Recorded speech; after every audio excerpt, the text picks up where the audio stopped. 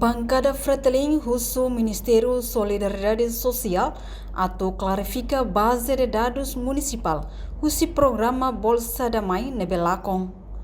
Deputada Bancada Fretilin Lídia Martins levanta a questão e a plenária Parlamento Nacional segunda-feira lorong ida Fulan Julho tinang na parte questiona tambah labarik balong nebe ia mérito hetam bolsa da mãe, mas be susar tebes atu hetam tratamentos documento, tanto ia socorro aldeia, tandet base de dados lá com hoto.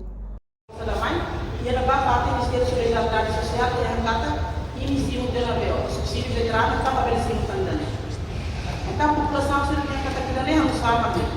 Se deputados se dermos, para o veterano, sim, eu pensava que ali se esse deputado, sim, o veterano, que não sabe que o povo, né? O outro mano muito precisa saber CDI e sim. Então, eu preciso de esclarecimento ali.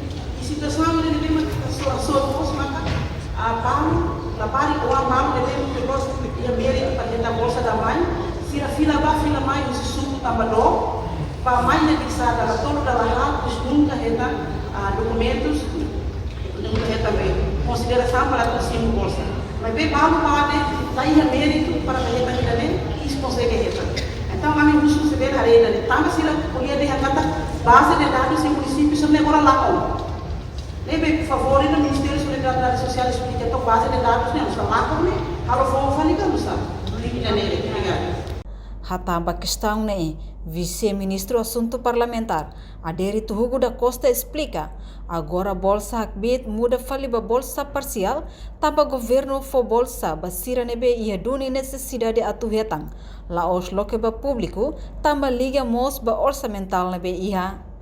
Também Rusuba deputado Sira, labele alarga de mais tipo de subsídio, nível lá ia limitação. Então governo classifica o bolso hakbit ida, nível geral para cada família ida, agora ba ia parcial.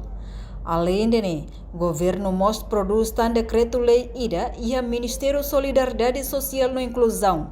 Atu halo detalhe quando passemak merece duni atu acesso ba bolso liu sira nebe mais vulnerável no ebele justo. Reportagem da Fátima, Televisão Timor Post.